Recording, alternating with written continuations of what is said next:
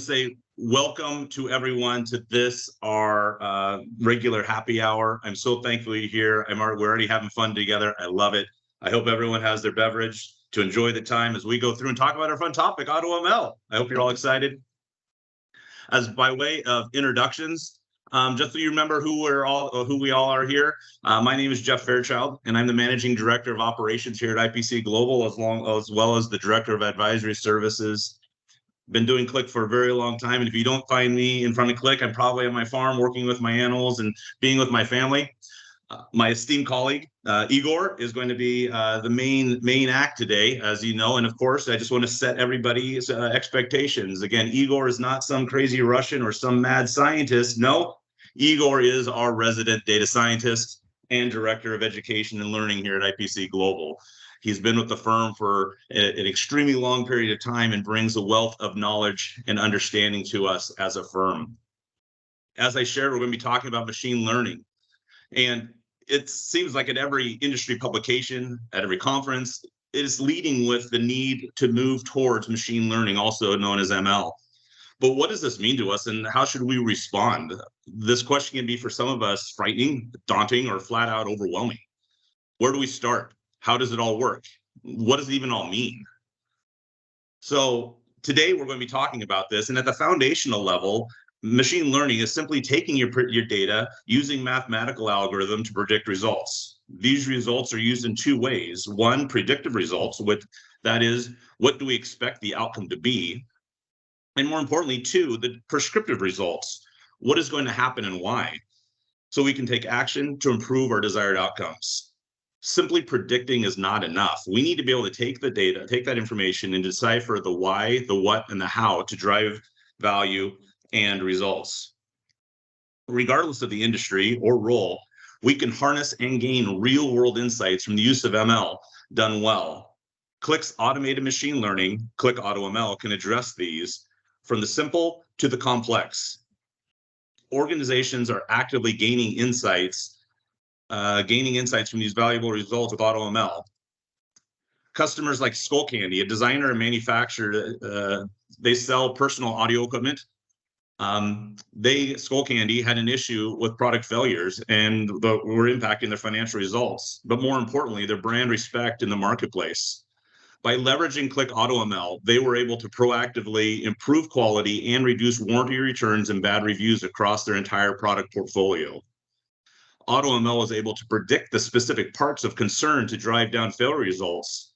Additionally, from this information, Skullcandy was able to prescribe efforts in their supply chain on how to audit and handle product returns early enough in the cycle to take action to reduce the overall warranty costs. In this effort, Skullcandy had limited machine learning experience and no in-house data scientist. They required a solution that not only fit budget, but that they could quickly learn and use.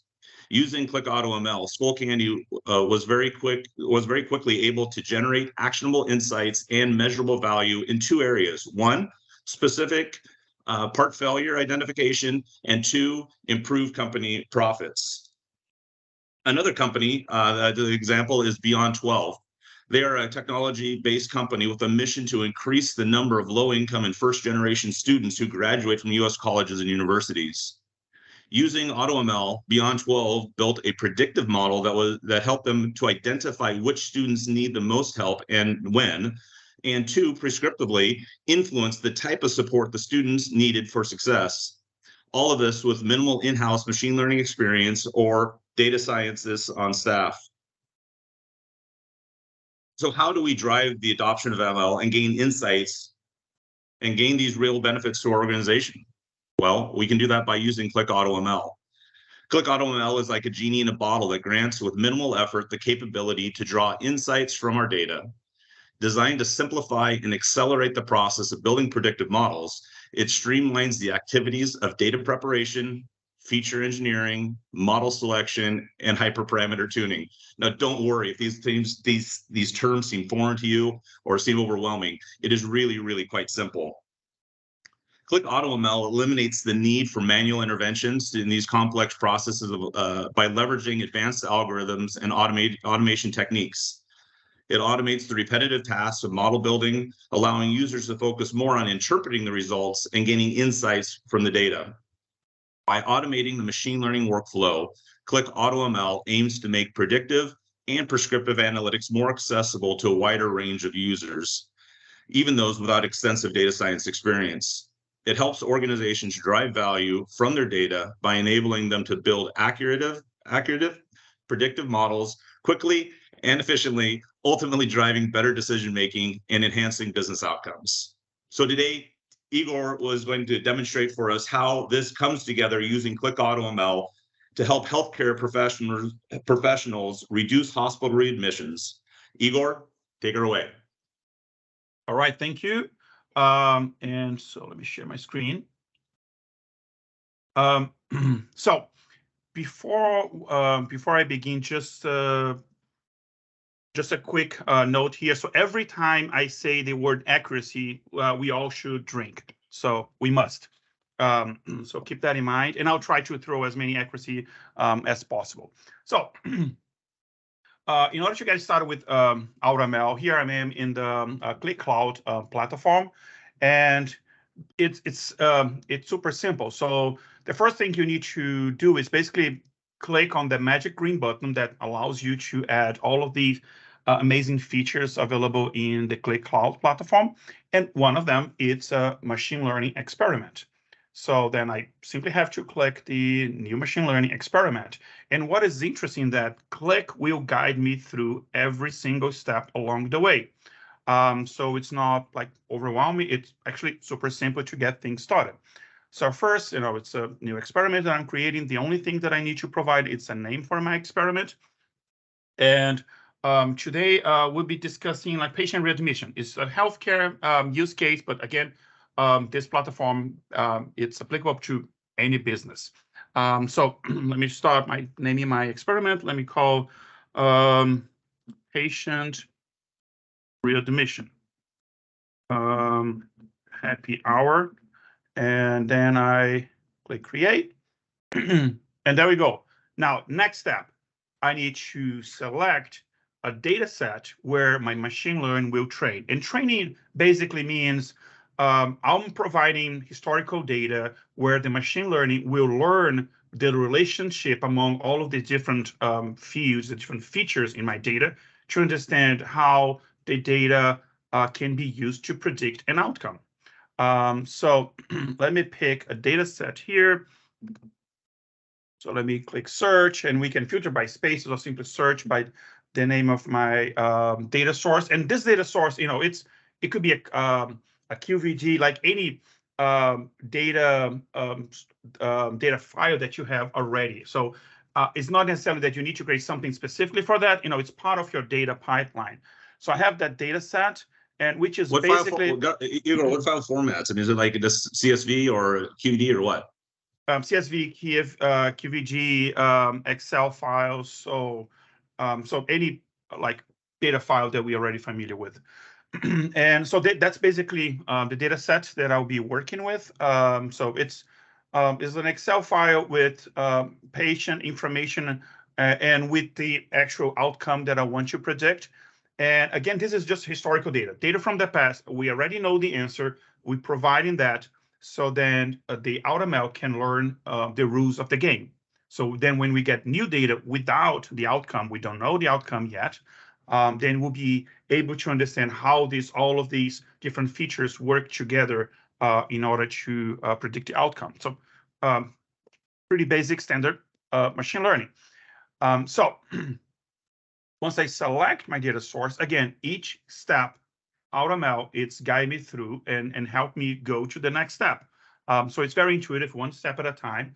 And notice that I didn't have to type like any code. I didn't have to program anything. Now, I see all the columns that you see in the file that I showed. So these are basically all the columns that I have. And Qlik AutoML gives me like some overall information about these columns. What the type of the columns, the integer, string, what is the type of the feature? Is this a numeric feature? Is this categorical? Like gender, for example, is categorical, it's not numeric. How many distinct values I have? How many null values? And I have like some like a summary of the actual values that I have for example, admission type IG. I have these types, and this is how many observational rows I have for each type. And then I have some insights from AutoML, like how AutoML will then proceed and do what we call feature engineer, like how AutoML will treat these different data sources. So then I have all of this. And next step that I have to do is select what do I want to predict? What is my target? How do I know that? AutoML tells me that. Select the target that you want your experiment to predict. So then I want to predict patient readmission. Basically, after the patient is discharged from the hospital, will the patient be readmitted within 30 days? That's a big driver for hospitals, because if the patient is readmitted within 30 days, it means patient had complications or patient was not discharged properly, and that impacts not only the patient health, but also financials for the hospital, because the hospital get penalized if the patient is readmitted. So that's my column that I want to predict. And AutoML tells me, oh, that's an integer. It's numeric, but however, I only have two possible values. It's either 0 or 1, which is basically the patient was readmitted, 1, or was not readmitted, 0. Like it's a binary information. So I select my target, and then automatically AutoML selects all of the features by default that will be used to train. Some of the features are automatically removed because I only have one value. So every row has the same value. So it's a constant, so I don't care about it. So we can see all of the features with the check mark. So let's say there's something I don't think it makes a lot of sense for this type of prediction, or maybe there's an information that I only have after the patient is discharged, so I can remove. So you simply can remove that information like by unchecking. On this side here, AutoML then gives me some information about my training. Again, we training the module, we training the machine learning, which is basically we providing data for the machine learning to study and understand how it can predict the outcome. So that's how many cells I have, how many columns, how many rows. That's my target that I've selected. That's how many features. When I say the word feature, which it's basically a column. That's how data scientists like to call a field or a column, so we can pay more because we use like fancy words.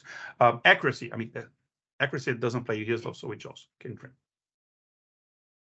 So now, because I have only two possible outcomes, readmitted, yes or no, this is a binary classification.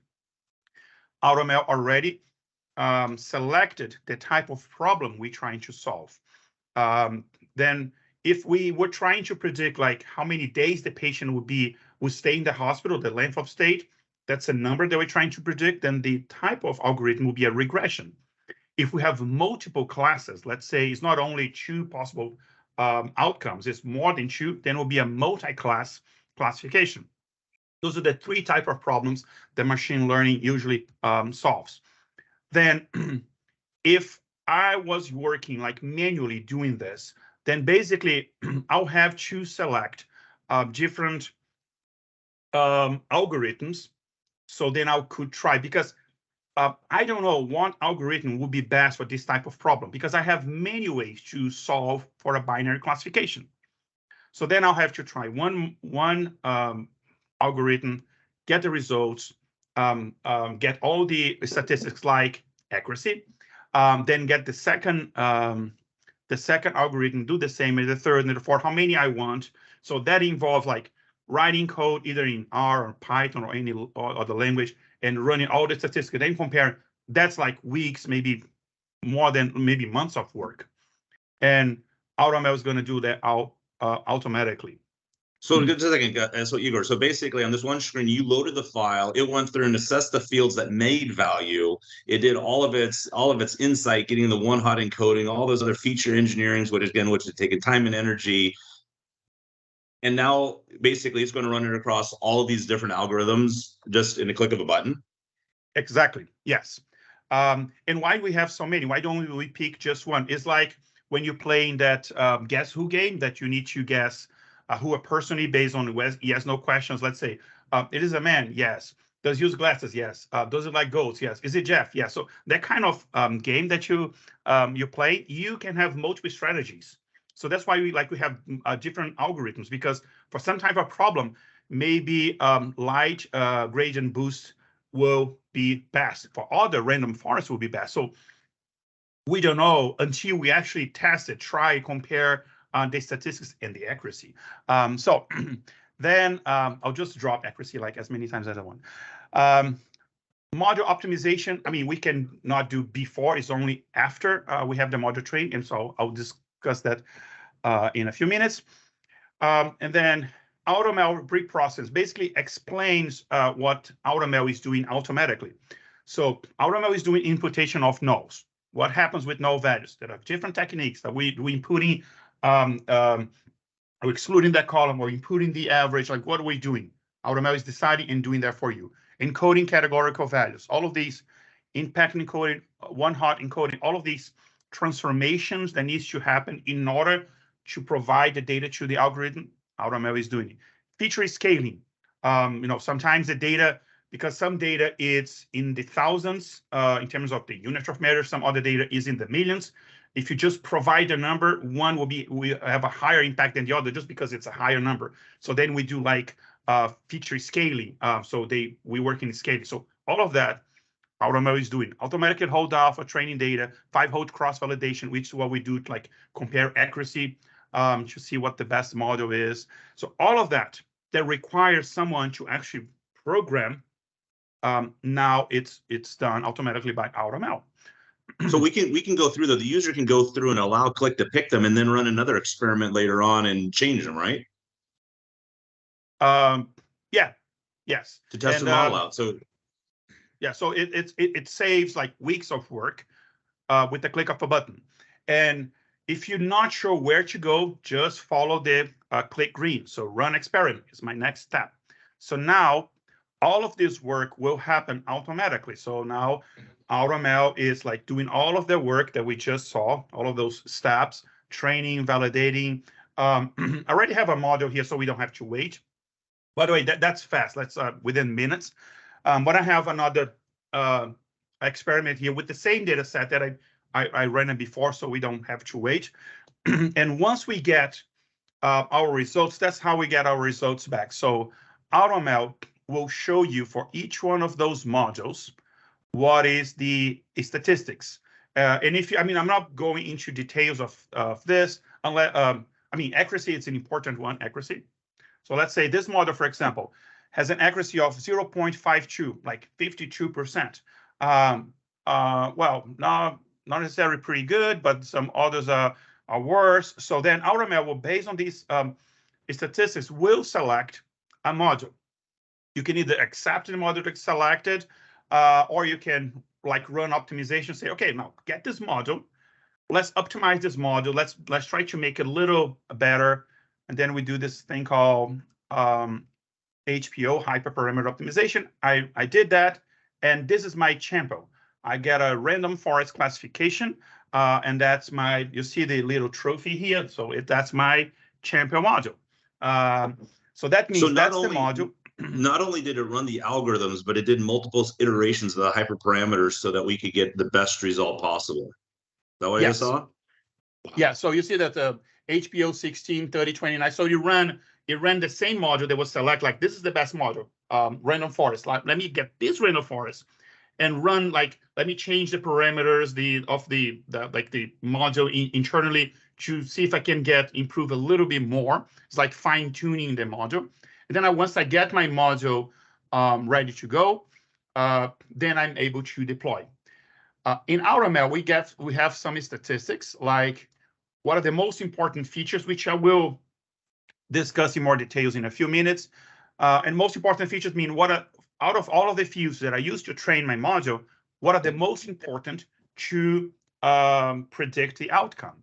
Like so number of that's going to drive accuracy. That's a good one. It drives accuracy, exactly. So number of inpatients, like how many times that patient was admitted to the hospital, that's what that means, is the number one feature, which makes sense. Like maybe it's probably the patient that goes to the hospital very often, is a sick patient, and diagnosis is the second. So it makes totally sense to think medically speaking. If I keep scrolling, then it has this area under the curve is how we determine how to split between is it being readmitted or not readmitted. And then we get this a confusion matrix, like how many out of the training, how many true positives we got, how many true negatives we got, how many false positives, how many false negatives. True positive are the patients who the module predicts to be readmitted and were in fact readmitted. True negative are the patients who the module predicted would not be readmitted and they were not readmitted. So these are what it got correct. And then we have the false negatives and false positives.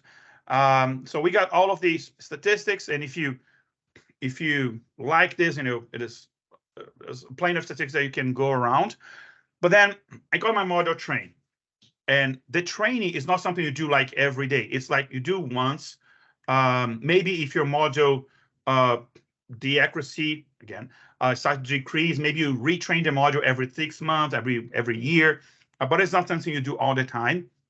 It's just to teach the rules of the game to your module. Now your module is ready to actually stop, like preseason is over. Let me go to regular season. So let's deploy the module. So then I'll click deploy the module. And basically what I need to provide is just a name. And I'll deploy my module. I have a module already deployed, so I'm not going to deploy this. So I'll deploy the module. As soon as I deploy my module, that module becomes a resource, an artifact in my Qlik Cloud. So then I can connect to that deployment, providing data as an input and getting the prediction of the readmission as an output. Not only that, but the reasons why, like what are the main features, like all the statistics that comes with, including accuracy, as a result to that, as an output to that deployment. So I can use a Qlik automation and call deployment provide data. I can write I can write a Python code, like totally external of Qlik, and just call that deployment. Or it could be that is an actual connection in my Qlik application. And in my script, just one extra step in my data pipeline is like call these deployment, send the data in, get the that results back without writing any line of code, just like we do in Qlik script.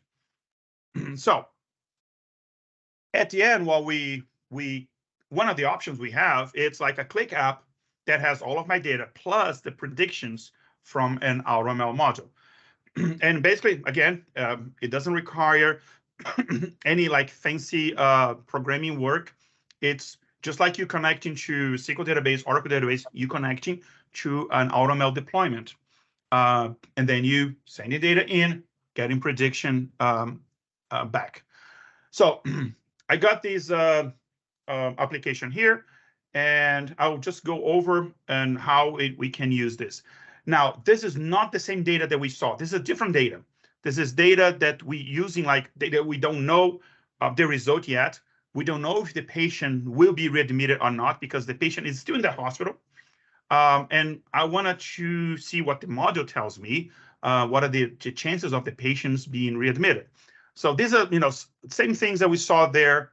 Since we get the statistics back, so we can like write any chart visualizations that we want, and accuracy, and then we have like what we explained before, our true positive rate, our true negative rate, if you like the statistical term like the sensitivity, specificity, which is basically fancy way to say true positive, true negative rate.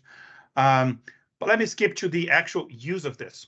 So this is a hospital, and patient is readmitted to the hospital. Patient is treated, and then the doctor decided, okay, I think this patient is ready to be discharged. So the patient then is scheduled to be discharged. When that happens, that application gets the list of patients that are scheduled to be discharged before the actual discharge, and then submits that data to the module deployed, which is the random forest, and then in this case, and then it gets all of the predictions. So for these, I have like 87 patients scheduled to be discharged, like within the next 24 or 48 hours.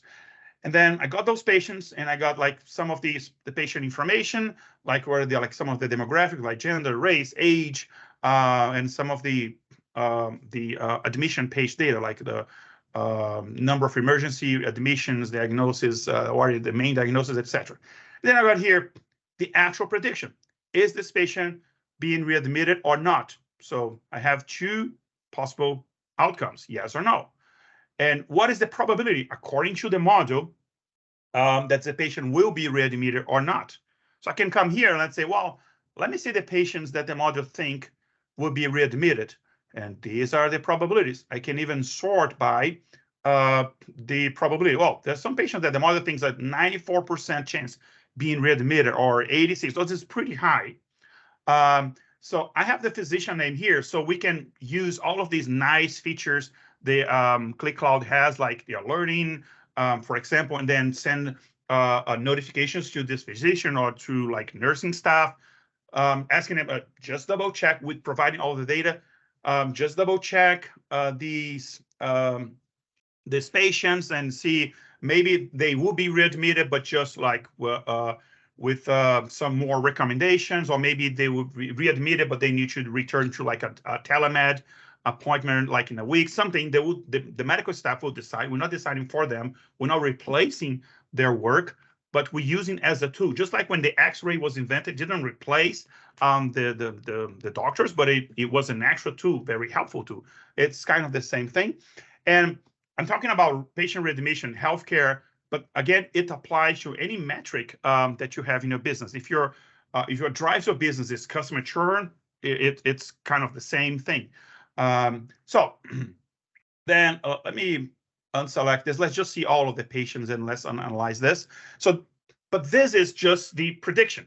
Now, if I have just the prediction, that's what we call what Jeff mentioned before, like the predictive analysis, which is great, very powerful. However, if I just have the prediction, what do I do with it?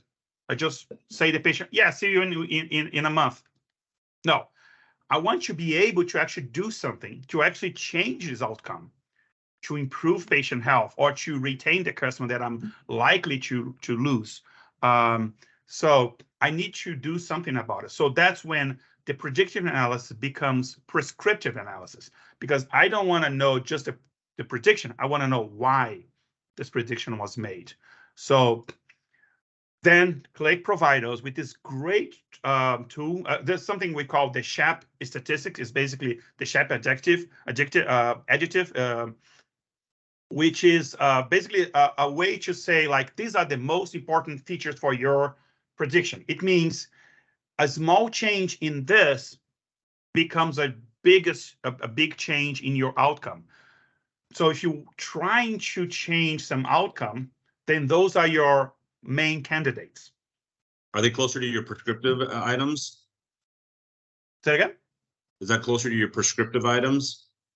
Yeah. So yeah, those are my main prescriptive features. So this is just overall for the whole module, on average, the most important features. But each patient is different. Maybe this doesn't apply to all types of patients. Maybe older patients is a little different. Maybe men and women is a little different. So that's the beauty of AutoML, which not all of the machine learning tools provide you, is the same statistics for every single row. In this case, for every single patient. So I get the detail here for all of these features. I get that statistic, the SHAP value, what we call.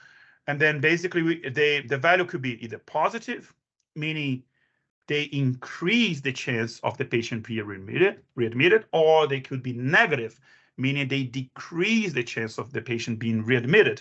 So then we know not only the features that impact, but how they impact and how much. So I say, for example, number of patients, which is my top one here. I do have a few patients in the red area here where increase of that number reduces the chance of the patient being readmitted, but most of them, it actually increases. So it is Qlik. I could select just these negative or positive and then analyze further, see who those patients are, and etc. But this is pretty useful too. So then I can make selection. If I'm interested in one particular patient or 5 particular patients, then I could see that. So if I go back here, for example, and select just those patients with the highest probability, then I come back here, and then I'll see, okay, that's how this is what the statistics are telling me. Clear my selections again. Not only that, I can break those down by some features, by some values that I know that are important to my business.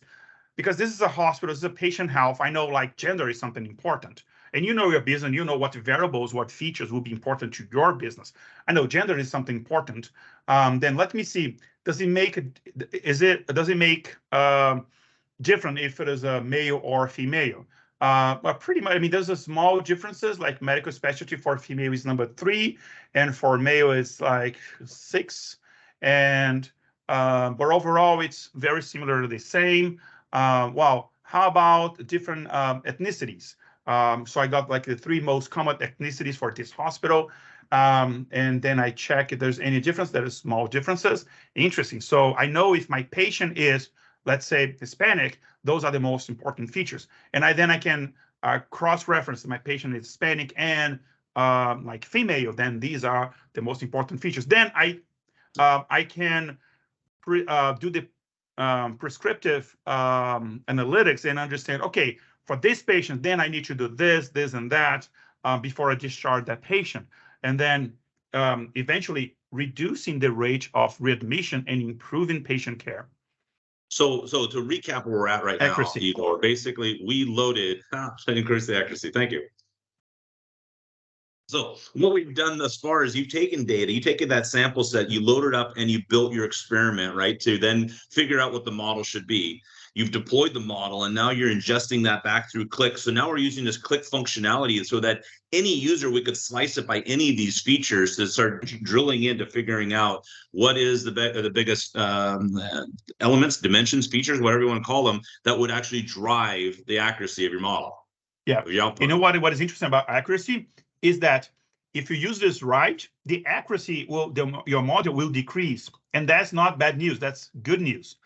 If your accuracy decreases because you now be able to change the outcome, that's actually good news because you're actually impacting the business in a positive way. And then after, I don't know, 6 months, you retrain the model with the new data to see how, you know, your new practices, your new protocols affect the outcome. And it's in an evolving, always evolving process.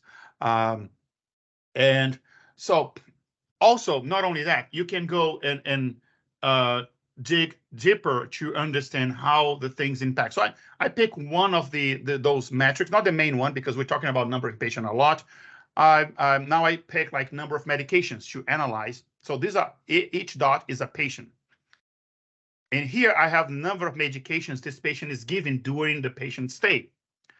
And then over here, I have the importance of that feature, number of medications, the SHAP value, to predict. So as this number increase, it means I increase the chance of the patient being readmitted. So I know overall, I can see a shape here. As I increase the number of medication, I prescribe more medication to my patient, I'm increasing the chances of this patient being readmitted. I don't know why. Maybe, you know, I'm not a physician. Maybe it's because, you know, there's some side effects from the medication, or maybe the combined side effects of multiple medication. But, you know, increases the chance until I reach a point which is, on average, around 16 medications. After that, if I give more medications, I kind of slightly decrease, not very much, but I slightly decrease the chance of my patient being readmitted. So it is interesting. So how many medications this patient got? I don't know, 10. Should I give more medications that I could maybe hold off and give it something like that? So those are some of the decisions. I'm not a physician. The AutoML is not a physician, but it's a tool that physicians, nurses can use to help them make decisions, which is their decision. We're not replacing them, but we're giving them a different tool. And then, and this is just another example, this is for number of diagnoses, how many diagnoses that patient had. Same idea. This is even harder to predict because it could go up and down. So I see a number of diagnoses the patient had. Honestly, if I'm looking at this with my data scientist hats on, it means it doesn't matter. It's kind of almost random. So don't worry about it. Then we can even group the patients by different groups based on their chance or probability of being readmitted, and I can focus on one specific feature. Like now, let's see lab procedures. How many lab procedures the patient had, and I pick here four. I decided I want to group my patients in 4 groups, and these are the groups.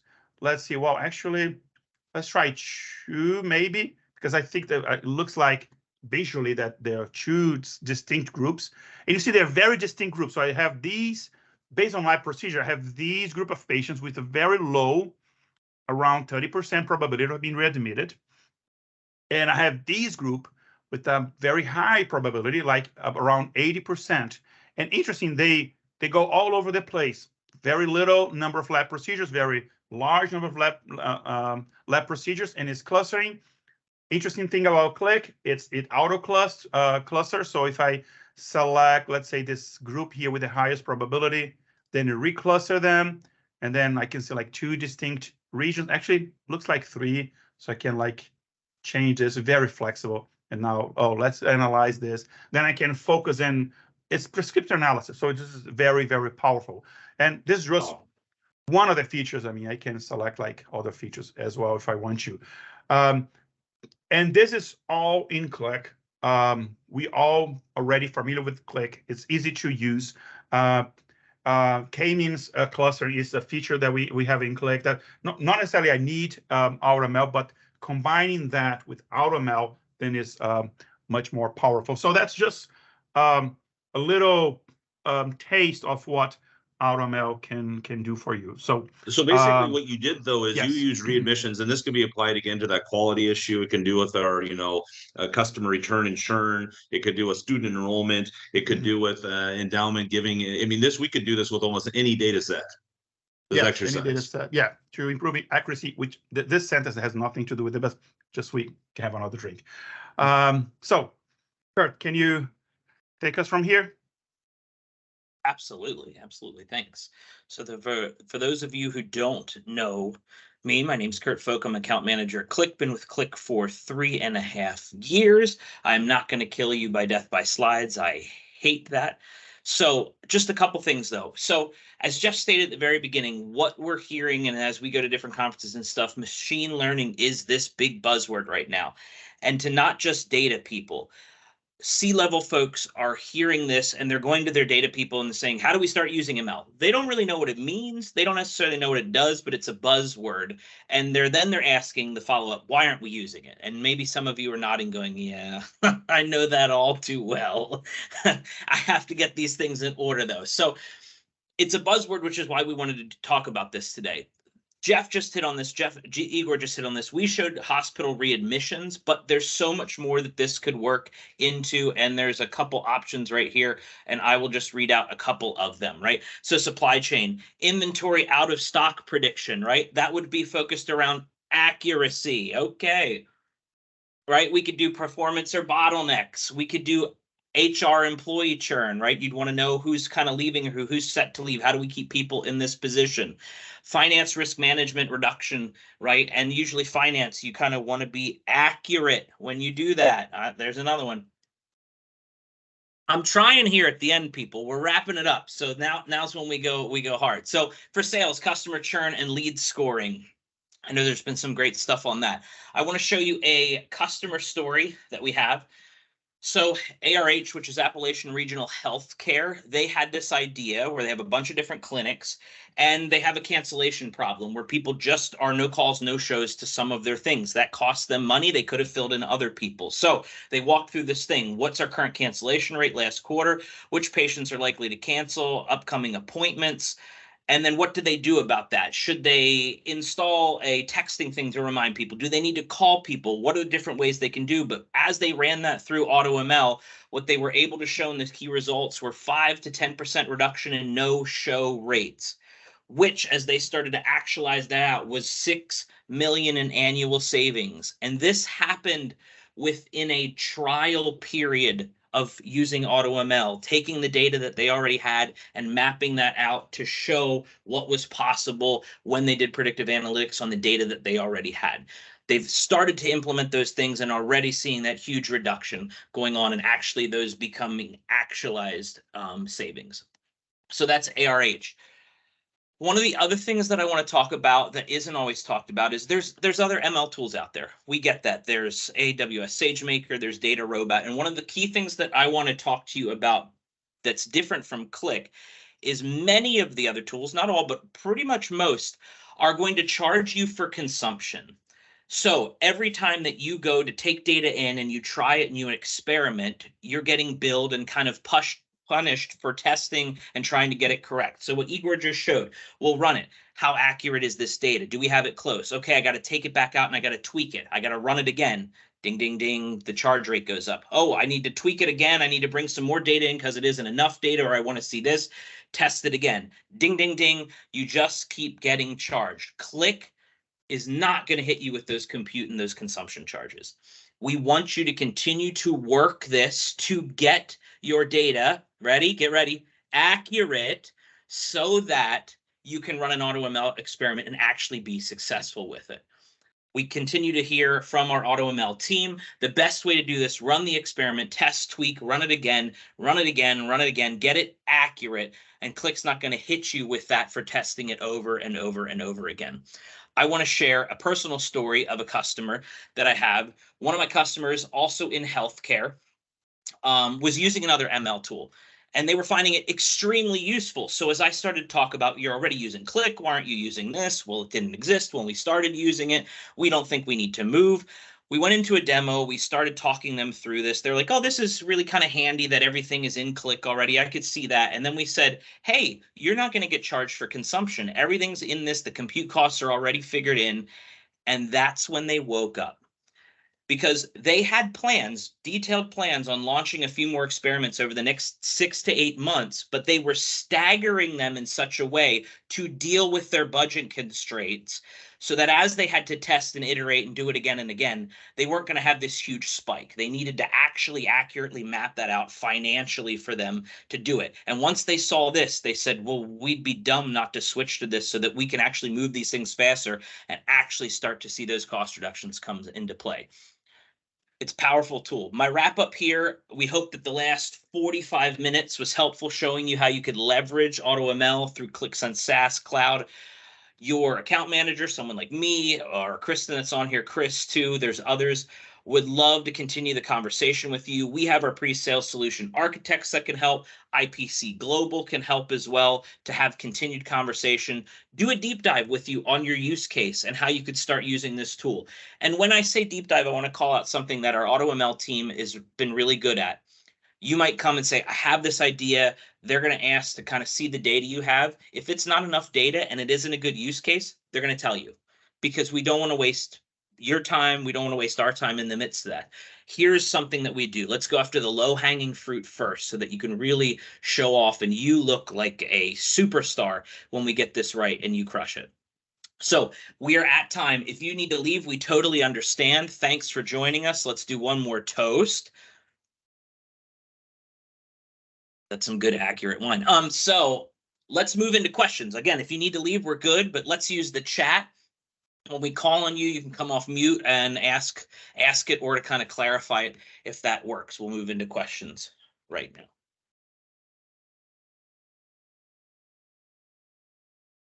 Again, you can use the chat, which should be at the top, mark chat, and it'll come up on the side and I'll watch them. Or if nobody talks, you can talk out loud too.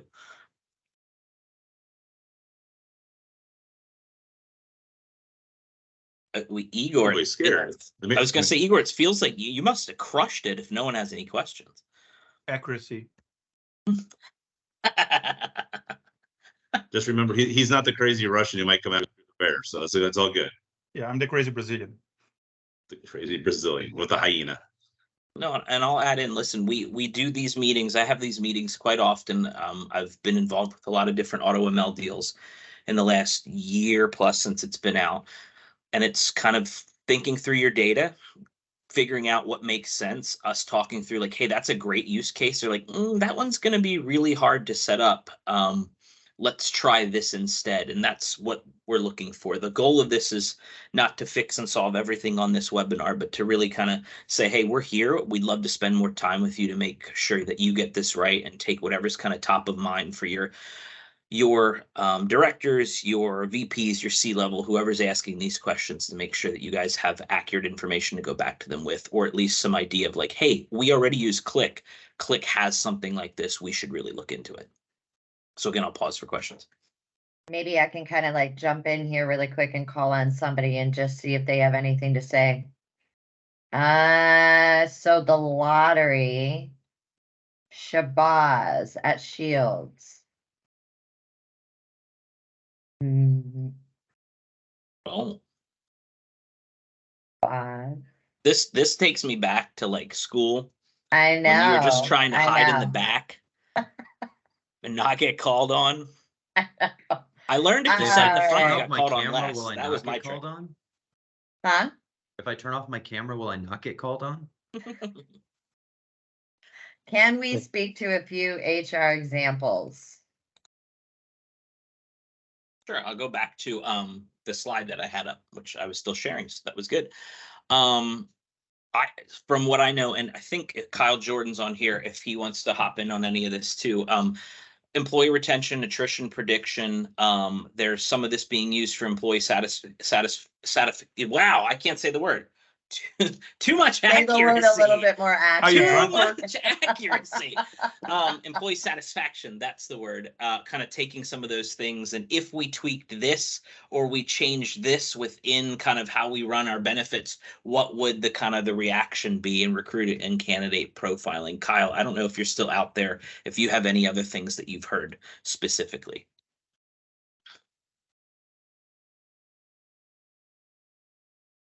Kyle, did you have too much So- Mountain Dew? So I can jump in here because I mean I've you know in my research when I've been digging through these things and what I've seen out there, you know, things like talent acquisition and recruitment, you know, trying to figure out, you know, the recruitment cycle, evaluate your recruiting pipeline and things like that are huge. Your employee retention and attrition, those are big things in this area. Things like workforce planning and optimization, you know, to run your organizations. Those are common ones that I've seen out there that are very good ones that quite honestly are usually top of mind to teams. Cool. Thanks, Lauren, for that question. Mitchell Jenkins asked, where do we go if we wanted to learn more about the different models? I Can think you take that one? Yeah, Yeah. I can answer that. So let me share my screen. There is a I'll stop. great. Oh, yeah. Can you see it? You're good. Can you see my screen? I think so. Yep. So if you go to help.qlik.com, and there is, I think, let me type. If you search for AutoML, then there is a massive documentation about AutoML. So help.qlik.com, or which actually my preferred option is call us. We'll be happy to discuss and talk. I second the latter one too. Model learning and seeing different models can really just be depending on what is your use case. Like Kurt had said, your low hanging fruit, we could look at it that way. So just reach out to too much accurate. Reach out to, you know, your account manager, reach out to IPC, and we'll be able to help that. Thanks. I think we Mark need Shannon. to lay off the accurate word though, at least for me. Sorry, that was my fault at the end there. Any plans, Mark Shannon asks, any plans for unsupervised AutoML scenarios or other non-classification problems? Mark, I think you need to come on Teams as the guy. Otherwise, I really don't know who you are too much anymore. At this point, you know, and again, I don't know if Kyle's still on. I don't know. Not that I have heard. I know that they're still doing a lot of development with AutoML. I don't know what else is coming and what's going to move into this. And I don't know if Igor or Jeff, you have any thoughts on that, why that could be good or beneficial or not. So we right now. we constantly talk with the AutoML team, and I cannot give any specifics in the moment, but there are some very interesting and advanced features that they will be released soon. I cannot give any specifics, but I'll say kind of yes, but I cannot give any specific at the moment, so I cannot speak for them. But there are some very interesting advanced features that they're in the roadmap soon.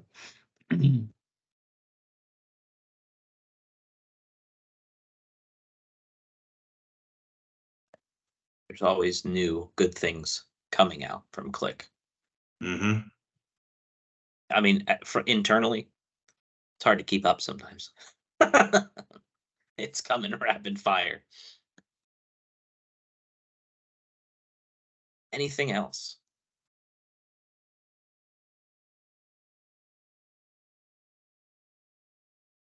Oh, we crushed this one. Crushed it. Give another second or two.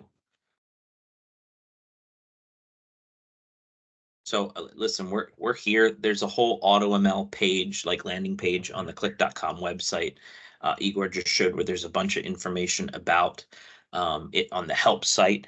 It is limited to Qlik SaaS or cloud. We refer to it as both ways. So if you are a client managed person, it is not available in client managed. However, there are ways to buy AutoML cloud version and push things back and forth. So that is an option too if you're on client managed, but we'd love to see you to the cloud because there's a ton of features in that. I know there's restrictions, but we can talk about that more as well.